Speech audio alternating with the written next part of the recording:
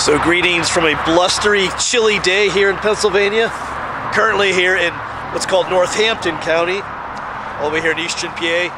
And I'm trying to do another video on Pontiac's War, because I'm doing a whole series on the French and Indian War. Of course, if you've been following along, you know Pontiac's War happened right on the tail end of the French and Indian War. I kind of went over that in other videos. But recently we did a video on the Enoch Brown Massacre that happened in the summer of 1863. So it's time to do another massacre story. This one here over in, North, I forgot where it was also, here in Northampton County.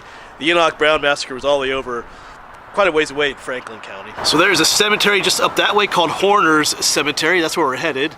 It's a very old cemetery. And it's right here by this little church. This is called God's Missionary Church. At least that's what it's called now. I think it was something else later on. There's a marker up here I think we'll read quick. But this is Route 329. We're kind of near Bath here in Northampton County. But you are allowed to park here at the church. But there's a little church to go visit the cemetery. They just ask that you don't park here on Sundays mornings when they have services. Read the little sign here. Oh yeah, cool. 1745. Oldest in Northampton County. Located in the center of the Craigs Scotch-Irish settlement, 1728, which was the first permanent settlement in Northampton County. Interred here are the founders of Bath and Northampton, along with Allen. The last interment was in 1946. There's a lot of history up in this little cemetery. But the massacre that occurred here, this happened in October 8th of 1763. Because there were a lot of these Indian raids that happened during the French and Indian War, but they kind of stopped. By 1758 they had stopped because of the Treaty of Easton we had talked about in previous videos. But then once Pontiac's War started up in 1763, those Indian raids, which came up over the mountain, which you can't really see from here. Remember the Blue Mountain up there was the frontier we always talk about. But those raids started back up again. This is often referred to as the Stenton Indian Massacre. And some of those victims are buried here. One in particular, a Jane Horner. And the cemetery is named after her family. James and Jane Horner, they're both from Ireland. That sign mentioned the Scots-Irish settlement that was here. It looks old. It's got the old stone wall around it. Cool. I thought I was going to have to walk a little bit further to get to it. I think on Google Maps, that's the little church right there. Google Maps showed the church being up more that way. I thought I was going to walk a little bit further, but it's kind of mislabeled on the Google Maps, I think. Anyway, but that's not a bad thing in this case.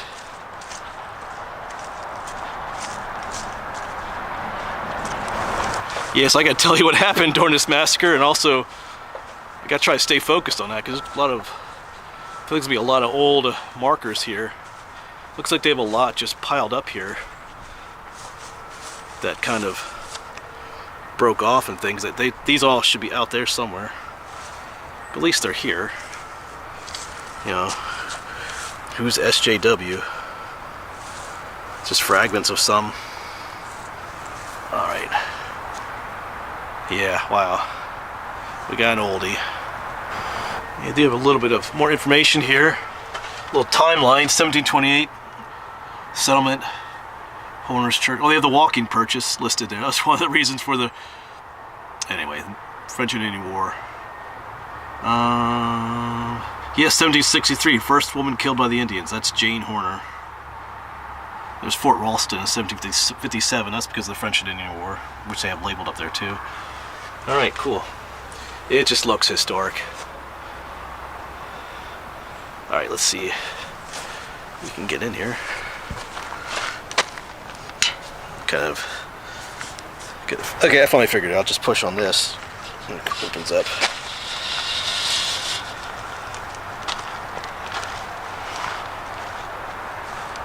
Yes, I think, well, as far as the records, as far as what I read, only one person from that massacre is buried here, but likely others are too. Because you know how it is with these old cemeteries. It looks empty here, but there are people buried in here as well, probably. But I got a story to tell you too, as we look for Jane Horner. I see a lot of Revolutionary War markers, Civil War markers too. So from what I've read online about this massacre, it probably could have been prevented. Actually, what's cool to me is I'm teaching a Pennsylvania history class this spring semester, and last week I got to talk about the French and Indian War. I only had one period to do it. Maybe I'll talk more about it in other classes too. It's one of my favorite topics, as you know. But what the interesting thing is, here in Pennsylvania, prior to the French and Indian War, the relations between the settlers and the Indians was actually pretty good. It wasn't always the case in some of the other states or the other colonies, but here it was pretty good. You know, there wasn't a whole lot of strife between the settlers and the Native Americans. But that all changed because of the French and Indian War and those raids that came in the mountain from the Indians. Of course, you got to remember too, it wasn't all the Indians that were doing those raids. It was just the ones who were angry or bitter about how things have been handled. We talked about that in previous videos. So there were friendly Indians, but because of the enemy Indians attacking, what happens then is that all Indians become, in a sense, enemy, if that makes sense. And unfortunately, that's the way it is in history. You could have a friendly group of people from any particular nation or something, and all it takes is for a handful of those people to do something awful, and unfortunately then the whole group of people then, you know, takes on that aura of evil or nastiness then, even though they didn't do anything. But if just one particular group of their people does it, then that's the way it goes. For example, if my people, you know, the Zellers, who I don't know where we're from, well actually we are from Austria, say we move into your neighborhood, and for the most part we're all nice people, the Zellers, the Zeller clan. But if a handful of my people do something pretty awful, maybe they start a band where, you know, a gang where they're stealing from people and stuff like that, what happens then is the whole Zeller clan takes on that aura of badness, if you want to say, just because of one group of us. Even though the rest of us are nice people, the Zeller clan gets a bad name because of that one group of people. So I hope that makes sense. That's kind of what happened here in Pennsylvania with the Indians. Prior to the French and Indian War, Indians were considered friendly, but once those attacks came from the more hostile Indians, all the Indians kind of took on that hostile, you know, what I'm looking for, that hostile character, if you want to word it that way, even though they weren't. And like I said, it's kind of a shame because there were still friendly Indians around. A lot of them suffered because of that. But anyway, why am I saying all that? Because that kind of plays into our story. There was an inn nearby called the John Stenton Inn. I think it was more that way. And John Stenton himself wasn't at the inn at the time of the story, but just his wife. But some friendly Indians had stopped by to spend the night at the inn, but his wife was not happy with that, since by this time she viewed all Indians as being hostile. What does this say? Is this her? This is Jane right there. Oh yeah, this is her grave. Jane Horner, that's who we're looking for. Well, I'll show more detail in a moment, but I need to finish my story first. Yeah, this is her grave. Jane Horner, that's a little plaque we'll read in a moment. Anyway, back to my story. But because of Mrs. Stenton's hostility towards any Native Americans at this time, she encouraged other people at the inn and people in town to mistreat them, as it were, to speak evil of them. And that's exactly what happened. They were treated very badly. Even some of their stuff, some of their goods, their valuable goods were stolen from them.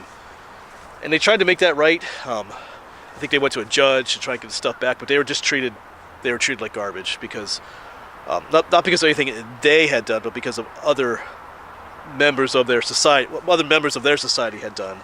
So the story goes, they left pretty disgruntled, and rightfully so, and they met up with some other hostile Indians who were mad for other reasons, and then they planned this raid. Yeah, but still, just looking around, a lot of old ones.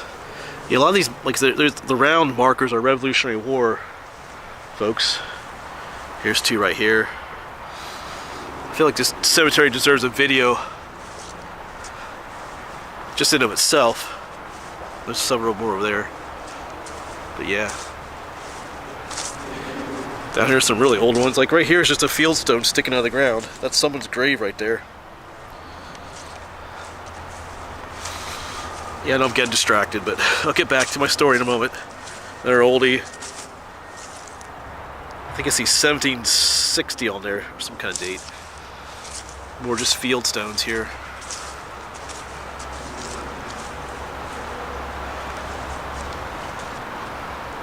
But as with all older stories like this, you know, some of those facts may not be entirely true.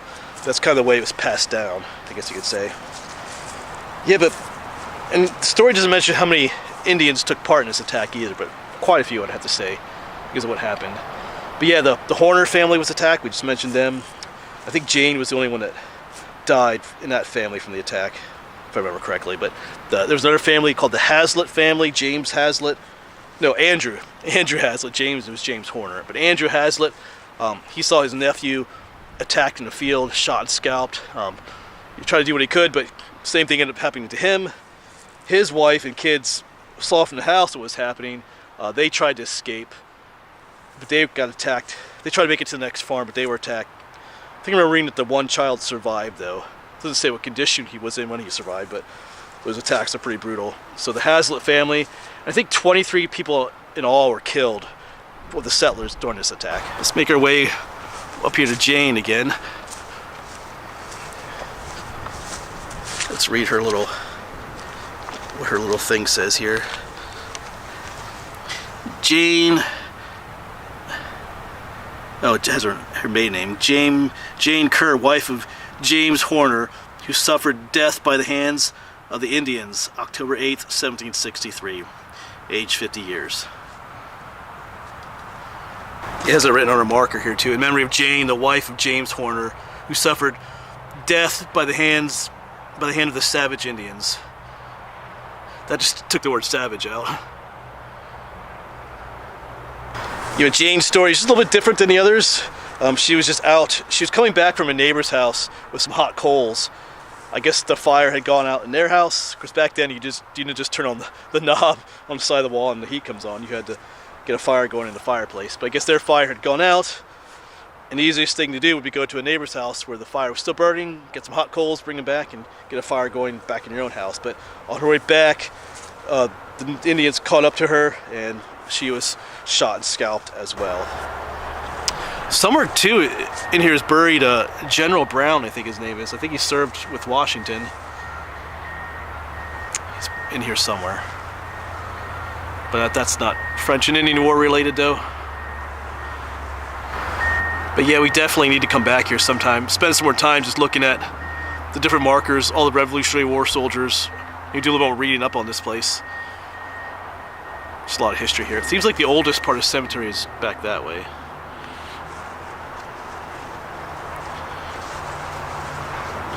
Up that way was where Jane Horner was buried. If you want to come visit her.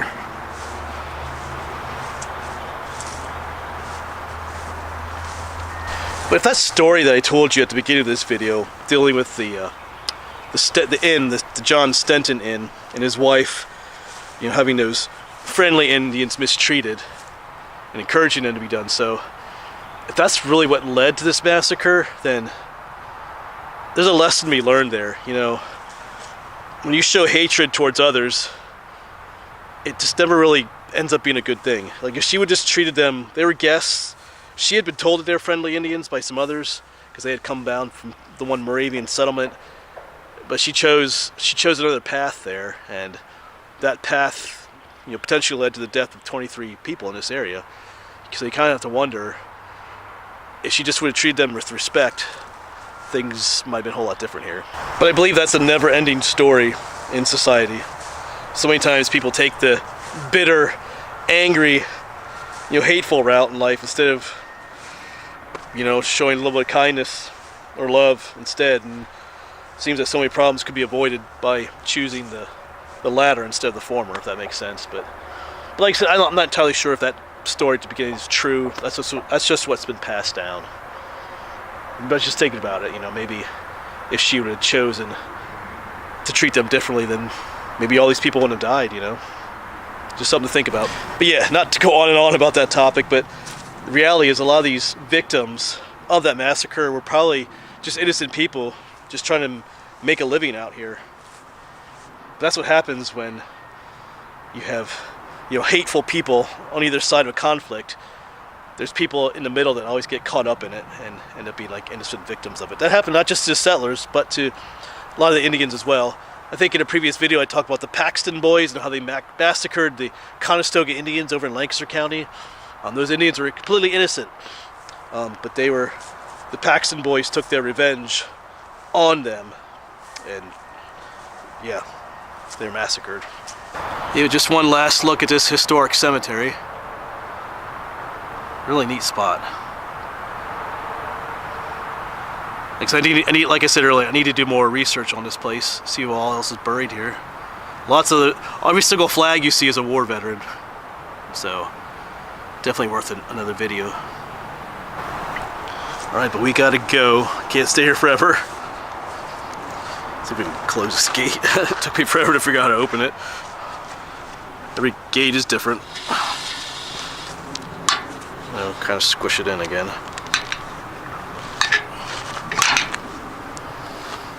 Could be a little easier. But like I say, I think there's more people buried in there from this massacre than just Jane. Some of them might be in unmarked graves. I couldn't find where the Hazlitt family was buried. I'm trying to look that up. Yeah, sorry if my voice is a little kind of phlegmy yet. I'm still recovering from being sick for like a week.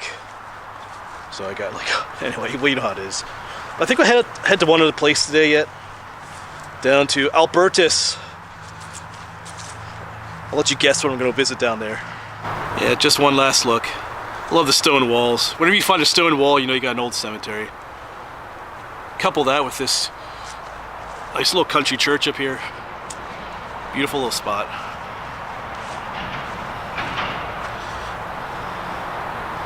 Yep.